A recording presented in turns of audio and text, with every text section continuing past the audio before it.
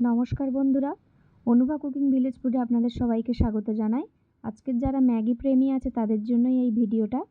প্রথমে আমি কড়ার মধ্যে গরম জলে ম্যাগিগুলো সেদ্ধ করে নিচ্ছি।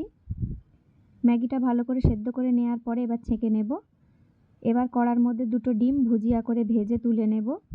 দেখুন, ডিমের ভুজিয়াটা একটু হালকা নুন দিয়ে ভেজে নিচ্ছি। ডিমের ভুজিয়াটা ভালোভাবে ভাজা হয়ে গেলে এবার তুলে রেখে ওই তেলের মধ্যে দিয়ে দিচ্ছি গাজর কুচি। সরু সরু করে গাজর কুচিটা একটু নেড়ে চেড়ে এবার এর উপরে দিয়ে দেবো ক্যাপসিকাম, লম্বা লম্বা করে কেটে রাখা ক্যাপসিকাম আর পেঁয়াজ কুচি। এবার ওই গাজর, ক্যাপসিকাম আর পেঁয়াজ ভালো করে ভাজার পরে এবার সেদ্ধ করে রাখা ম্যাগিটা ওর উপরে দিয়ে দিচ্ছি। সেদ্ধ করে রাখা ম্যাগিটা দেওয়ার পরে 5 মিনিট আবারও ভালো করে ভেজে নিতে হবে। দেখুন, ম্যাগির সাথে সবজিগুলো আমি ভালো করে ভেজে নিচ্ছি।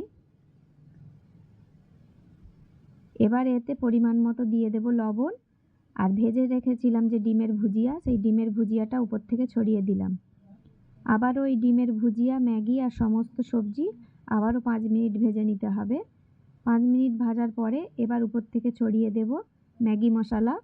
ম্যাগির যে মশলাটা, ম্যাগির মশলাটা উপর থেকে ছড়িয়ে দিলাম, আর দিয়ে দিলাম টমেটো সস। টমেটো সস দেওয়ার পরে আর ম্যাগি মশলা দেওয়ার পরে আবারও 5 মিনিট ভেজে নামিয়ে নেব। দেখুন, একদম ম্যাগি রেডি হয়ে গেছে। ম্যাগি এবার আমি প্লেটে নামিয়ে নিচ্ছি।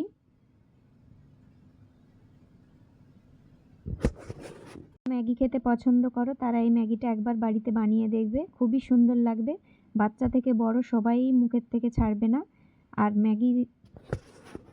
ম্যাগিটা কেমন হয়েছে জানিও।